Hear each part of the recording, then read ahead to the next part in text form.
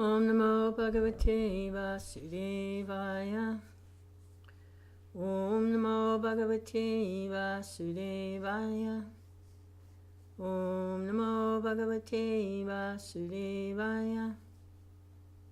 Srimad Bhagavatam, Canto 5, Chapter 24, Text 21.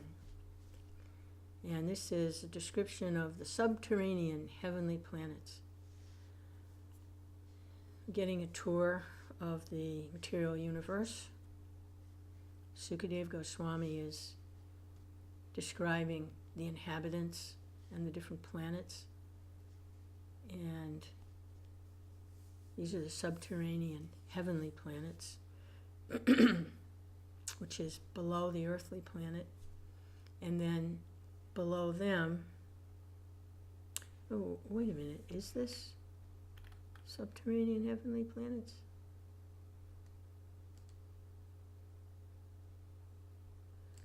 I believe this is below, because now we're to Sutala. We went to Atala, Talatala, and now we're at Sutala. And these are planets where demigods don't reside here. So I don't know if this is still subterranean heavenly planets or not. Let me take a look. Yeah, it's under the Chapter 24 is entitled Subterranean Heavenly Planets, so it's in the description there. These are below. Now we're going down into the lower planetary systems. And this is a continuation of the description of Sutala, which is where Bali Maharaj resides.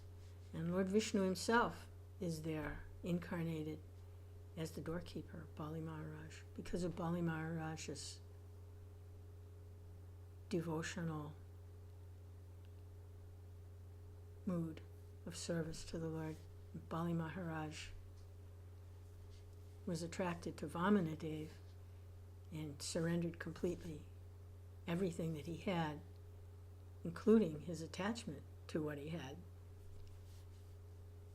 and simply out of his wanting to please Lord Vamanadev, who asked him to do that, and he did. And then he got everything back. Yeah, he got everything back. And because there was no danger of him becoming confused by material opulence. So it said that his planet, where Bali Maharaj lives, is actually more opulent than the planet King Indra resides on. So, there you go. So this is text 20. And this is a discussion coming from the description of Bali Maharaj's surrender. And there's some further discussion how it relates in different ways to other personalities and other aspects of devotional service. So text 20. Oh, and this is translated with commentaries by His Divine Grace, A.C. Bhaktivedanta Swami Prabhupada, the founder Acharya of the International Society for Krishna Consciousness. Okay. The Supreme Personality of Godhead, who's situated in everyone's heart as the Supersoul, sells himself to his devotees, such as Narada Muni. In other words, the Lord gives pure love to such devotees and gives himself to those who love him purely. Great self-realized mystic yogis, such as the four Kumaras, also derive great transcendental bliss from realizing the Supersoul within themselves.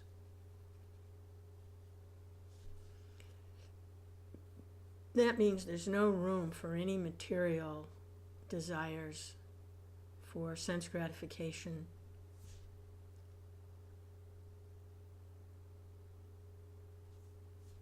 coming into contact with the material body and senses. There's no room for it because the devotee is completely full with devotional service to the Lord.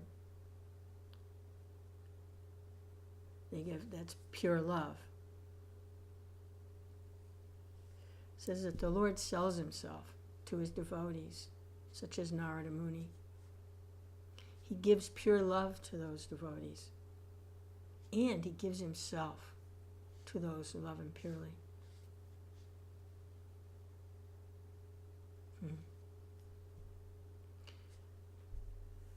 Hare Krishna.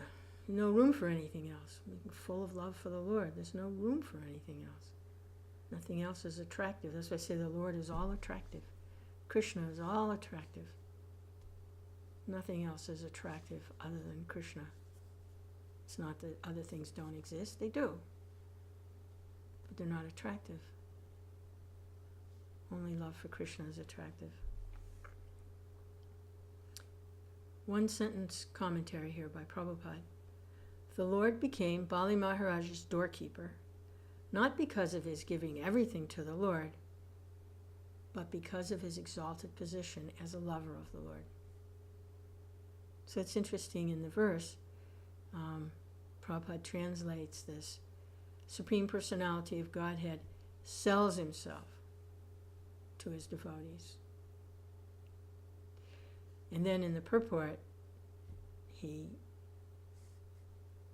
clarifies that he didn't sell himself to Bali Maharaj because, like a business transaction, Bali Maharaj gave him everything. That wasn't what purchased the Lord. What purchased the Lord is his love. He became a lover of the Lord. There are different moods of that love and surrender.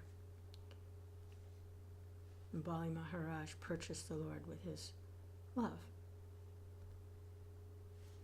So that was the price.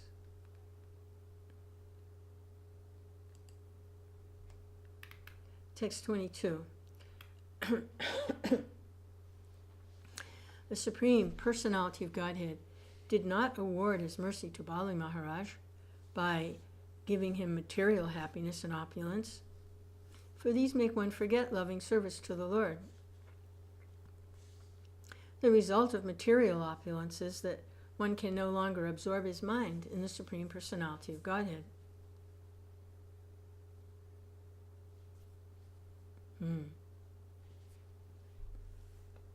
So Lord Chaitanya, Krishna's incarnation as Sri Krishna Chaitanya, when King Prataparudra, who was a devotee of the Lord, was desiring a darshan with the Lord, and Lord Chaitanya refused. He said, no, I have nothing to do with these people who are absorbed in material affairs. I have nothing to do with them. But the Lord is so merciful that through his devotees, who are even more merciful than he himself, Sarvabhauma Bhattacharya arranged a secret meeting. So these are the transcendental loving affairs of Krishna and his devotees.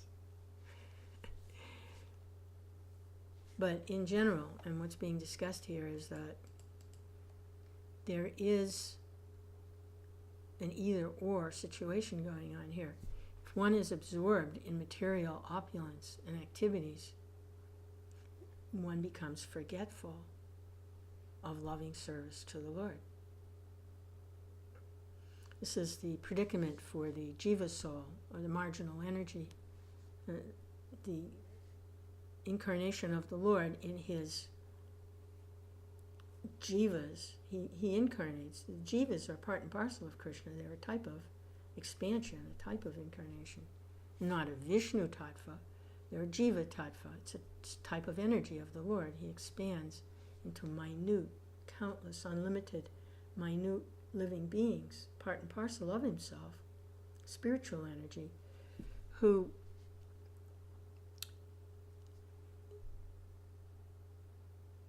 are situated in such a way that they can become attracted to the material energy.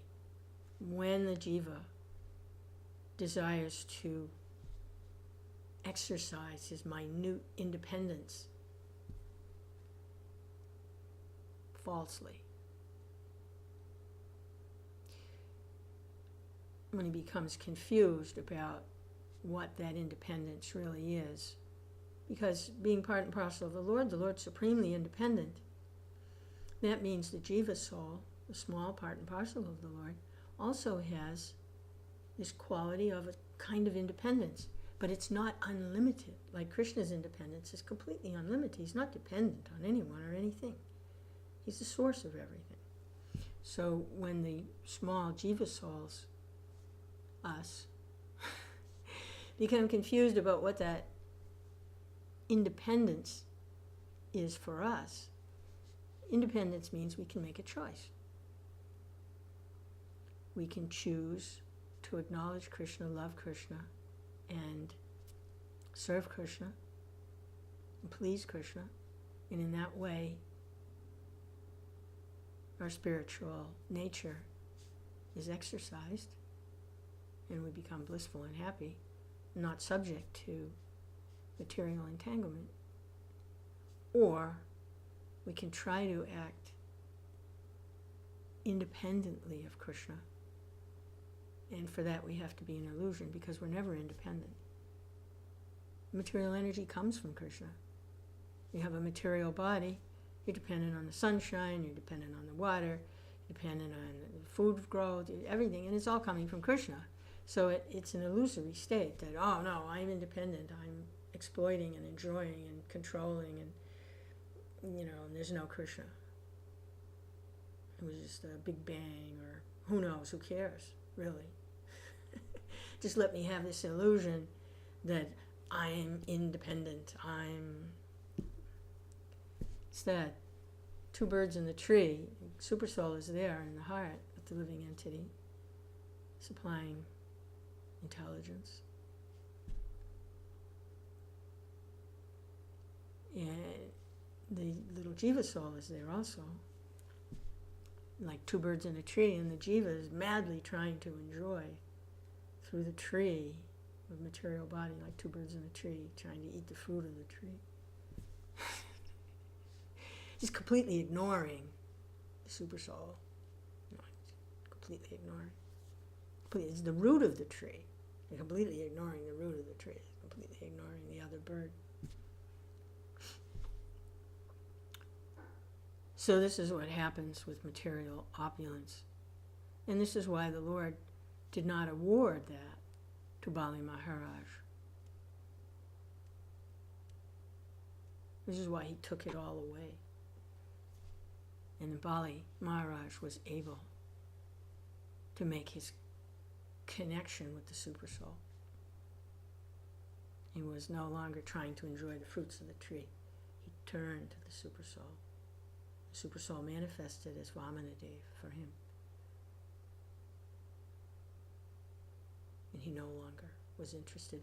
The same thing happened with Dhruva Maharaj, performing his austerities. Small child, very determined, performing his austerities because he had desire to enjoy a kingdom greater than his father. He was very determined. He took instruction from Narada Muni of how to perform austerities, and because he took instruction from Narada, he made a connection with the pure devotee, representative of the Lord, and Narada brought his case before Lord Narayan that there's this small little living entity, and I wish for you to help him. So Narada pleaded the case to Lord Narayan, and Lord Narayan manifested before Dhruva. As Dhruva was chanting Om Namo Bhagavate, this was the mantra that Narada gave him, and Dhruva, although he had material desire, he took instruction from Narada to approach, he wanted to approach Lord Vishnu to fulfill his material desire. But Narada intervened. He gave him the Om Namo Bhagavate Vasudevaya mantra, and he pleaded his case to Lord Narayan, please help this soul. He's blinded by this desire for material, but he's taking instruction from me. He surrendered to me, he's taking instruction, so please Lord Narayan appeared before him, and then Dhruva had no desire whatsoever for any kind of a material kingdom. Out of the question. He only desired to keep his connection with the Lord through devotional service. Never be separated from the Lord. He didn't care about a kingdom or controlling this or controlling that or his stepmother or his father, or he didn't care about any of that. He only wanted to keep his connection with the Lord through devotion.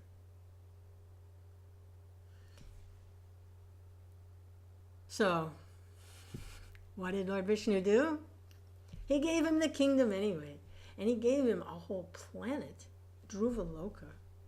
We were just hearing about it in earlier on in Canto 5, that it is the pole star, and all the other planets revolve around it. It's the most elevated planet in the whole universe, Dhruva Loka.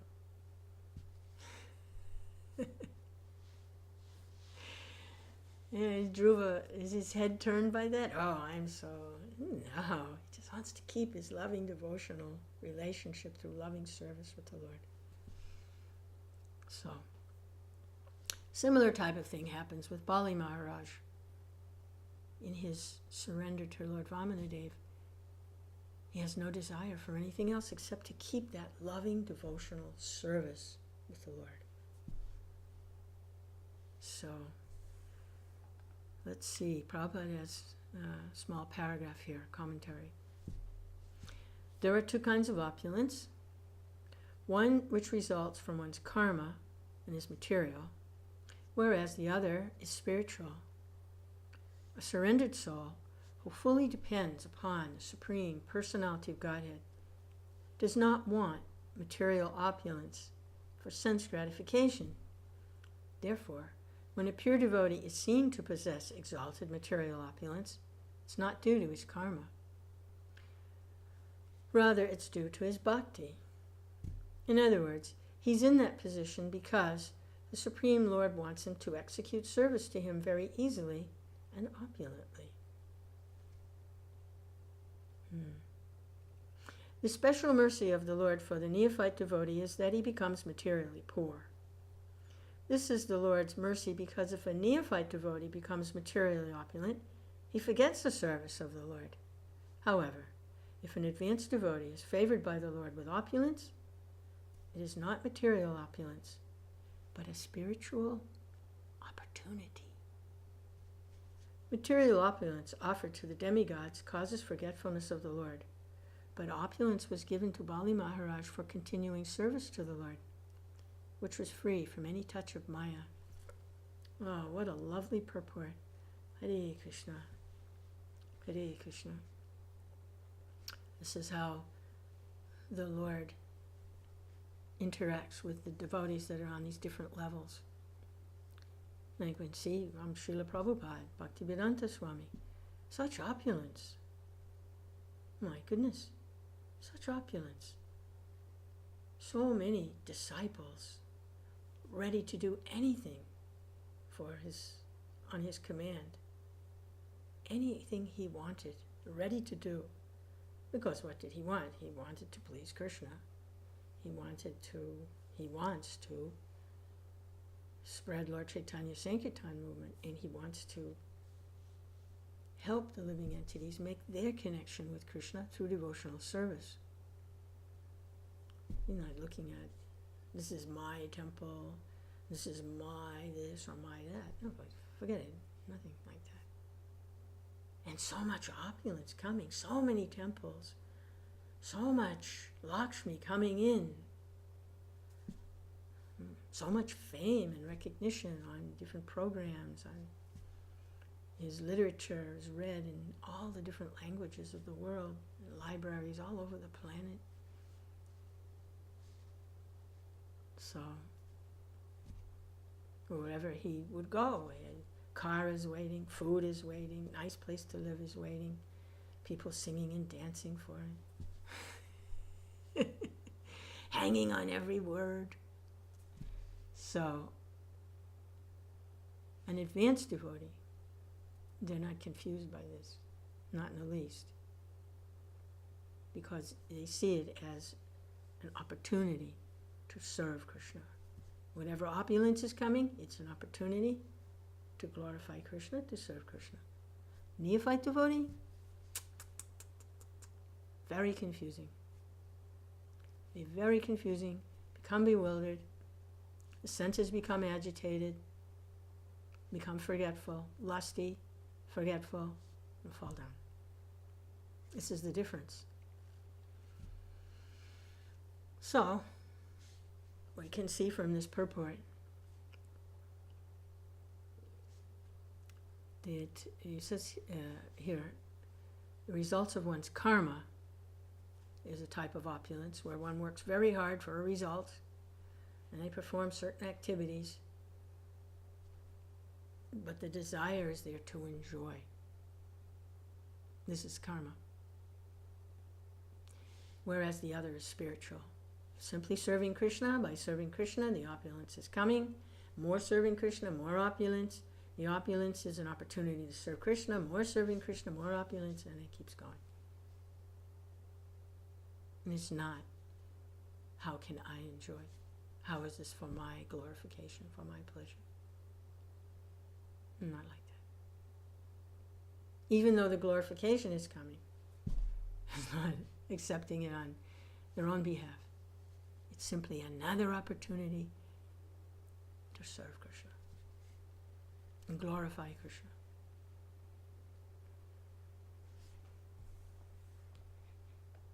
Free from the touch of Maya. Actually, Maya backs off from such a devotee. Maya will not interfere with such a devotee who's fully surrendered to the Lord. That's not her service. She's not going to do that. It's not her service. Her service is to entangle those that want to be entangled. Those who have material desires to try to enjoy. That's Maya. Please, you come and engage me. I want to engage in your service, Maya. Illusion. It has to be illusion. In order to do that, it has to be illusion. And that's Maya. Okay, I'll supply the illusion.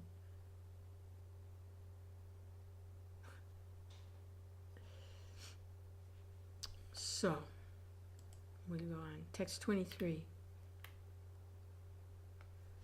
When the Supreme Personality of Godhead could see no other means of taking everything from Bali Maharaj, he adopted the trick of begging from him and took away all the three worlds. You can see how powerful Bali Maharaj had become. And Lord Indra was worried that Bali Maharaj was going to be, he was the king of the demons, was going to be extending his influence all the way to Indraloka, and he was challenging Lord Indra. And so it was very worrisome, Bali Maharaj's power like that. So he had to be stopped. What a nice way to be stopped. Personally, by the Supreme Personality of Godhead. So, how fortunate. But they're saying here that the Personality of Godhead could see no other means of taking everything from Bali, so he adopted a trick of begging from him and took away all the three worlds. So we know the pastime, he appeared as a dwarf Brahmin, very beautiful, effulgent, all opulence. This is Krishna himself personally. Vishnu expansion as a little dwarf Brahmin. So cute, so beautiful, so attractive. So incredible. And he asked just for 3 paces of land. And we know, I believe it's Sukracharya, Bali Maharaj's guru, family guru. So, oh, don't give it to him. This is Vishnu himself. If you give him this, you're going to be in big trouble. He's going to take everything. Don't give him anything. Say no. Bali Maharaj said, no, I can't do that. And if this is Vishnu, then even more so I want to give to him. If this is actually Vishnu, then why should I not give? He's come to me, I give whatever he wants as Lord Vishnu. So he did. He took everything. Those 3 paces of land. One pace he covered all the lower planets. The other pace, the other foot, he covered all the higher planets. There was nowhere left to go, and he had one more pace, one more footstep to take. So we know. Bali Maharaj said, yes. He just put that foot on my head. Just put it right on my head. Take me. All I have left is this body. Take it. So we know he did put his foot on Bali Maharaj's head. Okay, so we continue with the verse. He adopted the trick of begging from him, took away all the 3 worlds. Thus, only his body was left. But the Lord was not satisfied. Even after putting the foot on the head and Bali Maharaj surrendering, he arrested Bali Maharaj, bound him with the ropes of Varuna, and threw him in a cave in a mountain.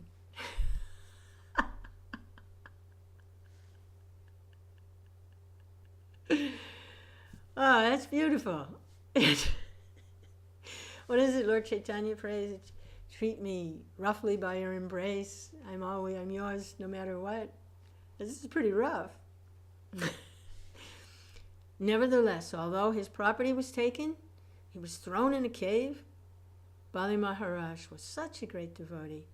He spoke as follows. Let's see what Bali Maharaj has to say. This ought to be really good. What is it? Lord Chaitanya's prayer. Leave me broken-hearted by not being present before me, and treat me roughly by your embrace. I am your eternal servant, no matter what. So Bali Maharaj has these qualities. So this is what he's saying. This ought to be really good. This is Bali Maharaj now. Everything taken away, tossed in a cave, bound by ropes. Personally, directly by Krishna himself. Oh boy, such mercy. So Bali Maharaj says, alas, how pitiable it is for Indra, the king of heaven. Although he's very learned and powerful, and he chose Brihaspati as his prime minister to instruct him, he's completely ignorant concerning spiritual advancement.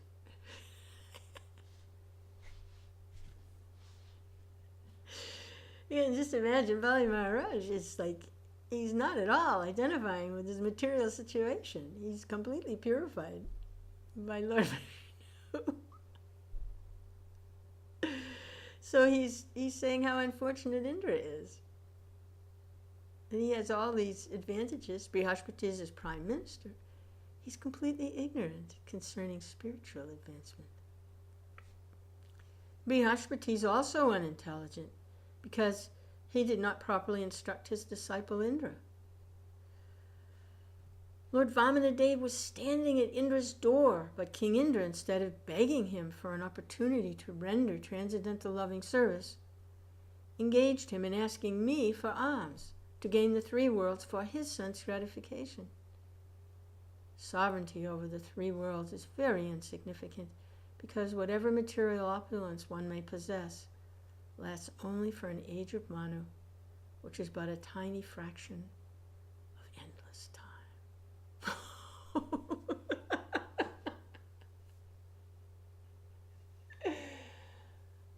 Krishna!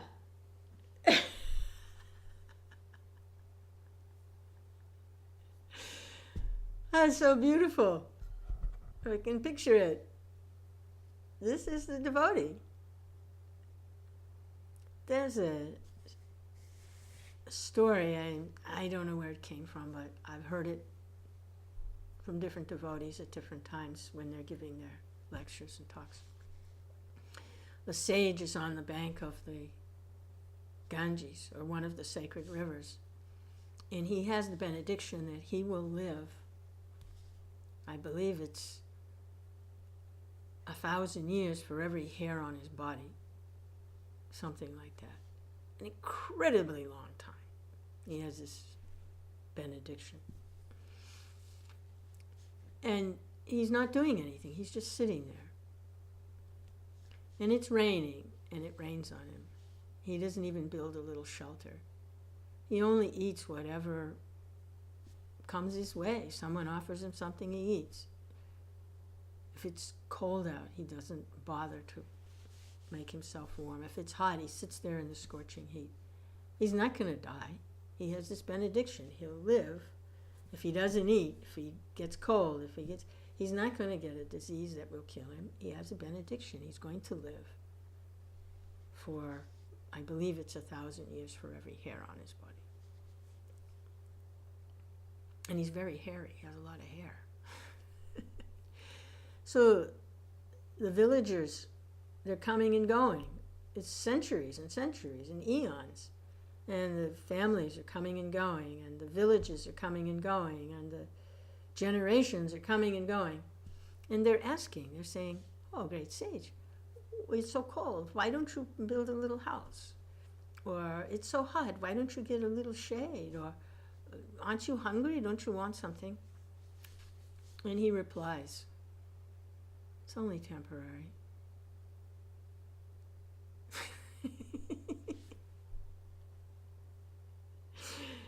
Hare Krishna. Hare Krishna. Krishna.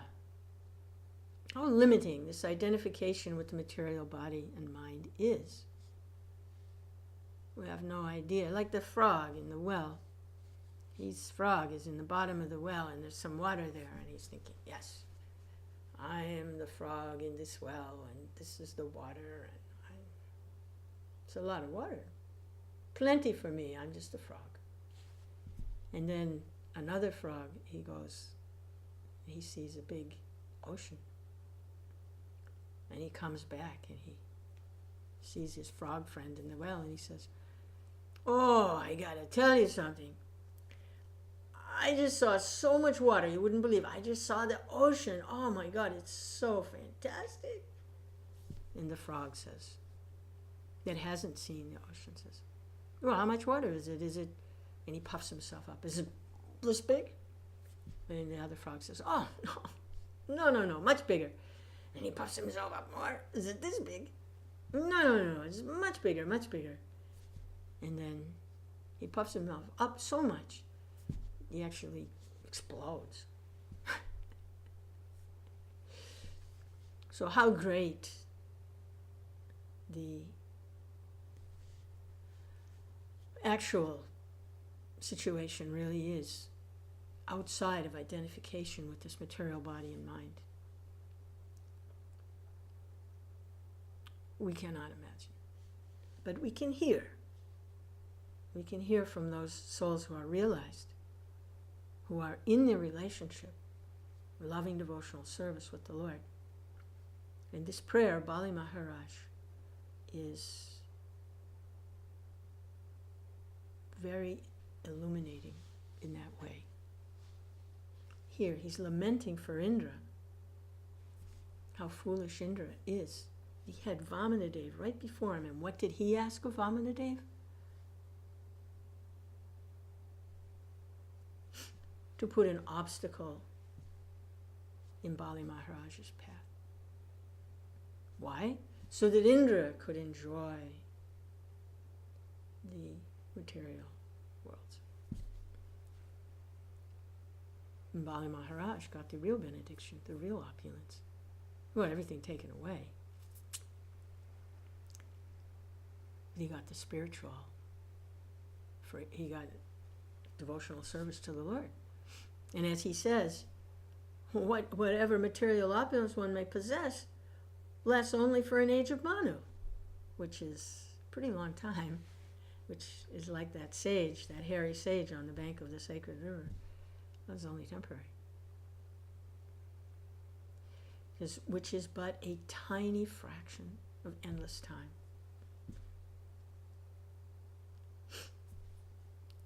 So what a beautiful prayer. I have a little purport here, nice. Srila Prabhupada's commentary. Bali Maharaj was so powerful that he fought with Indra and took possession of the three worlds. Indra was certainly very advanced in knowledge, But instead of asking Vāmanadeva for engagement in his service, he used the Lord to beg for material possessions that would lie finished at the end of one age of Manu. An age of Manu, which is the duration of Manu's life, is calculated to last 72 yugas. Oh boy. One yuga consists of 4,300,000 years. Therefore, the duration of Manu's life is 309,600,000 years. The demigods possess their material opulence only until the end of the life of Manu. Okay, so that's how long the demigods get to enjoy that opulent situation, the life of Manu. Time is insurmountable.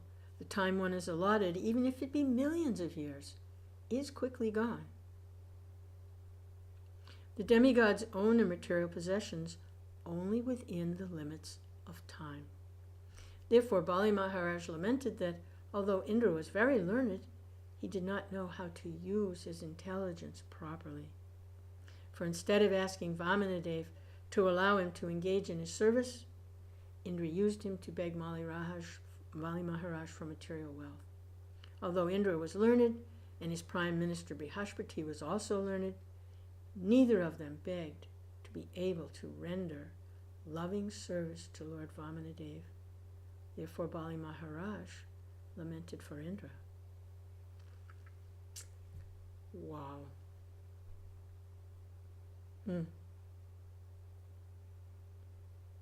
This is a devotee. You're not envious. Bali Maharaj was not envious. Indra was envious. He wanted what Bali Maharaj had. So although he had darshan with Lord Vishnu, he didn't ask for devotional service. He asked for material assets. And he missed the opportunity. But Krishna is so kind, he gave it to him anyway. He gave him what he asked for. There's a little saying that if Krishna likes you, he gives you everything. If he loves you, he takes everything away. Why? So that you'll have Krishna without distraction. And what does he take away? He takes away material attachment. Attachment to material sense gratification is what he takes away. And then the devotee is free to become attached to loving service to Krishna. Therefore, Bali Maharaj lamented for Indra, because Indra was still attached to material sense gratification, which is temporary. Text 25. So this is Bali Maharaj, he's continuing. My father, Prahlad Maharaj, is the only person who understood his own self-interest. Upon the death of Prahlad's father, Hiranyakashipu, Lord Nrsingadev wanted to offer Prahlad his father's kingdom, and even wanted to grant him liberation from material bondage. But Prahlad accepted neither. Liberation and material opulence, he thought, are obstacles to devotional service. Therefore, such gifts from the Supreme Personality of Godhead are not his actual mercy. Consequently, instead of accepting the results of karma and jnana, Prahlad Maharaj simply begged the Lord for engagement in the service of his servant.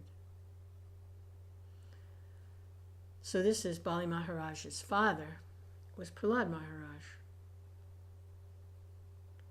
And his grandfather was Hiranyakashipu, the big demon. So this is quite a family. This is quite a family. Oh, his grandfather. His grandfather, not his father. Bali Maharaj's father, I believe his name was Vilochana. Anyway, the son of Prahlad was Bali Maharaj's father. So Bali Maharaj's grandfather is Prahlad Maharaj. And he's glorifying his grandfather, who's a great devotee, that although Prahlad was offered his father's kingdom, which was quite extensive, he didn't ask for it. He simply asked to be engaged in devotional service. But the Lord gave him the kingdom anyway. It's like Prahlad was able to put the horse before the cart. That to have a kingdom without devotional service is useless. It's temporary, means material attachment, means birth, death, old age, and disease, means all the miseries that accompany trying to maintain a material situation. So he put the horse before the cart. He asked for devotional service, whatever that was. And it turned out it was to manage his father's kingdom. But if it hadn't been that, that would have been all right too. All Prahlad was asking for was devotional service. Whatever that was. Sweeping the floor, washing the dishes. Whatever it was. Living in the forest. Whatever the Lord wanted, that's what Prahlad wanted.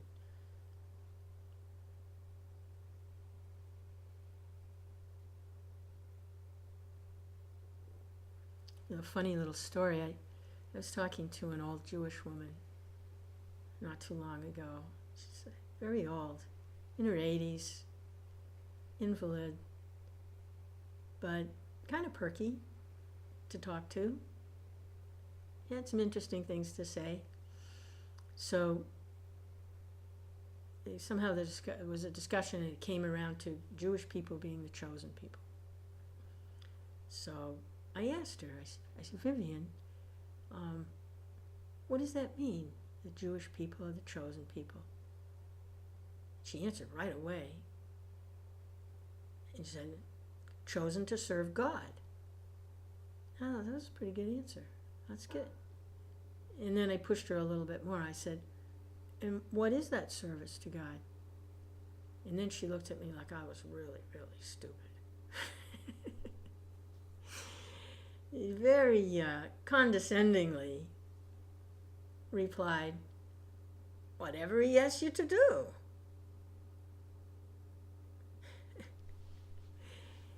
And that's actually a pretty good answer.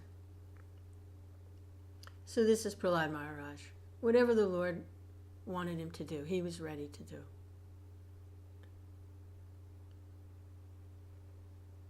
He was simply asking for service. And he wasn't really asking for service of the Lord. He was asking for the service of a servant of the Lord. Now that's advanced devotionally, to ask for the service of the servant of the Lord. That's actually how to engage in devotional service, is to serve the servant of the Lord. What is it? One who says he's my devotee is not my devotee.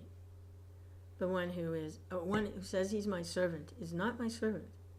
The one who is the servant of the servant,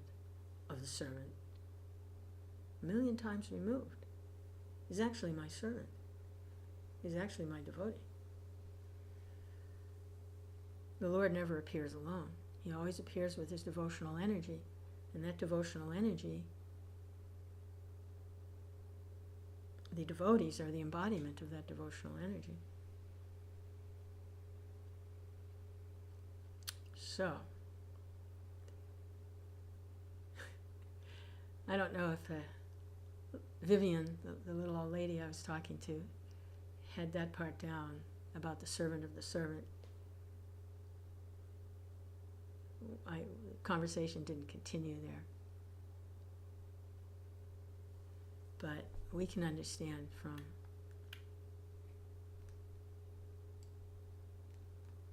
the Bhagavatam and these very detailed, precise devotional literatures that it's the servant of the servant, a million times removed. So, Jai Srila Prabhupada. Jai Srila Prabhupada's translation of Srimad Bhagavatam. Jai Srila Prabhupada's commentaries. Jai Srila Prabhupada's instructions. Jai, hearing and chanting messages of Godhead as given by His divine grace. Servant of the servant. Allowing us to at least practice that position of the servant of the servant.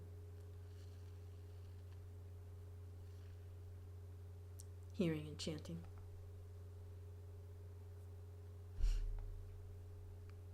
So, Prabhupada's commentary. Srila Chaitanya Mahaprabhu has instructed that an unalloyed devotee should consider himself a servant of the servant of the servant of the Supreme Lord. Gopi Bharta Padakamalaya Dasa Dasa Anudas. In Vaishnava philosophy, one should not even become a direct servant. Prahlad Maharaj was offered all the blessings of an opulent position in the material world, and even the liberation of merging into Brahman, but he refused all this. He simply wanted to engage in the service of the servant of the Lord. Therefore, Bali Maharaj said that because his grandfather Prahlad Maharaj had rejected the blessings of the Supreme Personality of Godhead in terms of material opulence and liberation from material bondage, he truly understood his self-interest. So Bali Maharaj is following in the footsteps of his grandfather, Prahlad Maharaj, a great devotee of the Lord.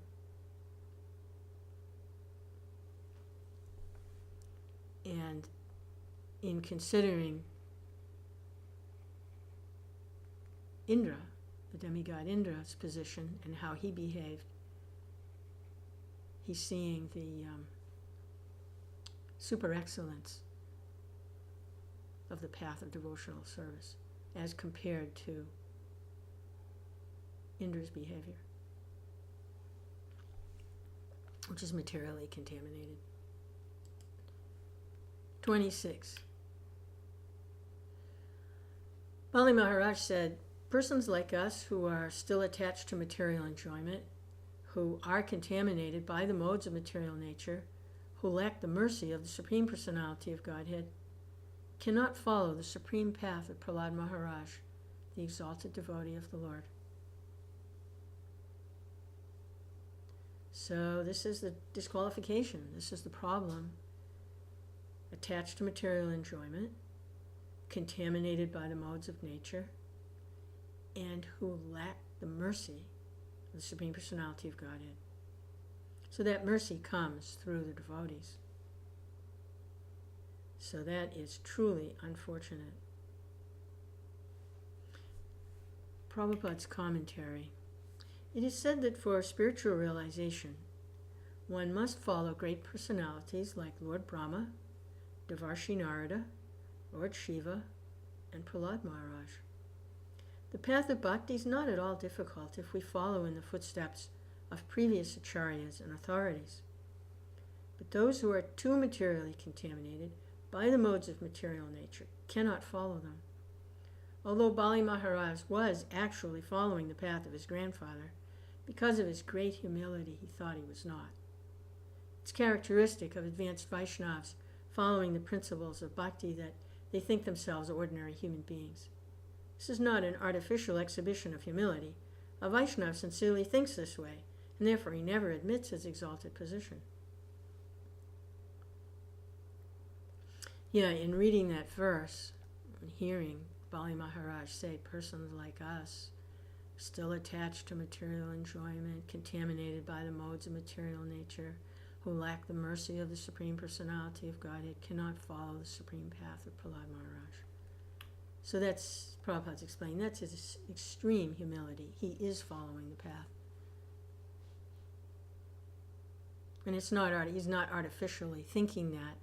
He's actually convinced that this is his position. He's not making a show of humility.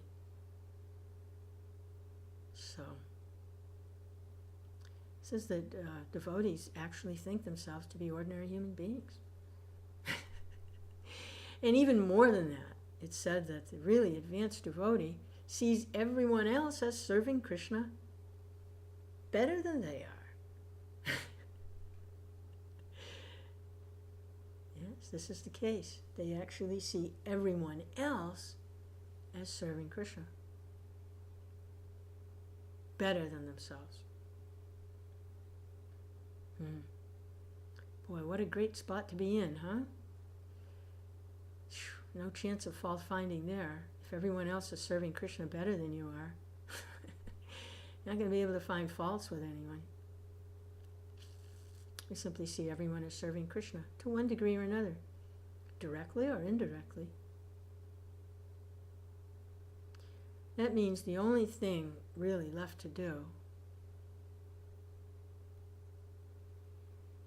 is to become conscious of Krishna. That the only problem for the sufferings is not being conscious of Krishna. So that's why this Krishna consciousness movement of Lord Sri Krishna Chaitanya is the most magnanimous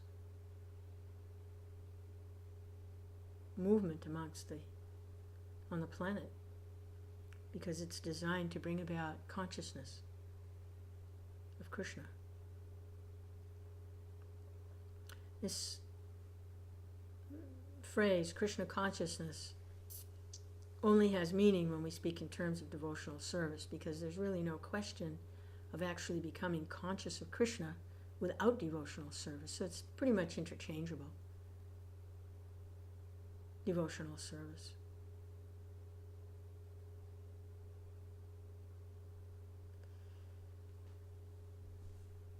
So that is a devotional mood that helps keep the devotee in a position where they are rendering devotional service without some false idea of themselves. Because it is the case, everyone is serving Krishna.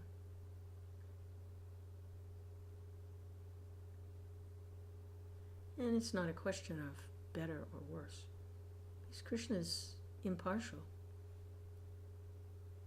Krishna is equal toward everyone. All part and parcel of Krishna, all part of him. We're all his expansions.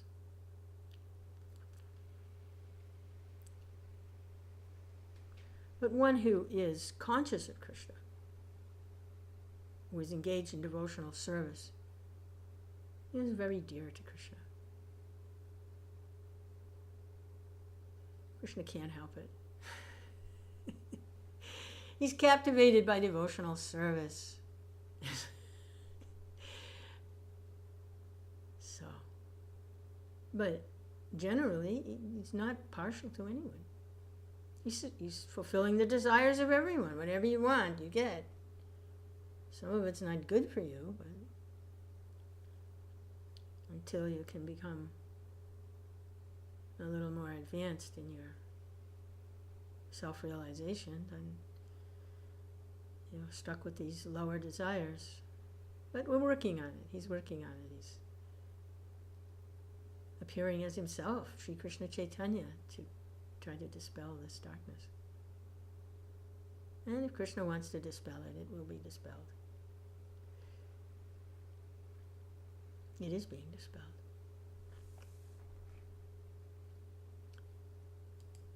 Text 27. Actually, we'll stop here and we'll take up with 27 next time. Krishna willing. Hare Krishna.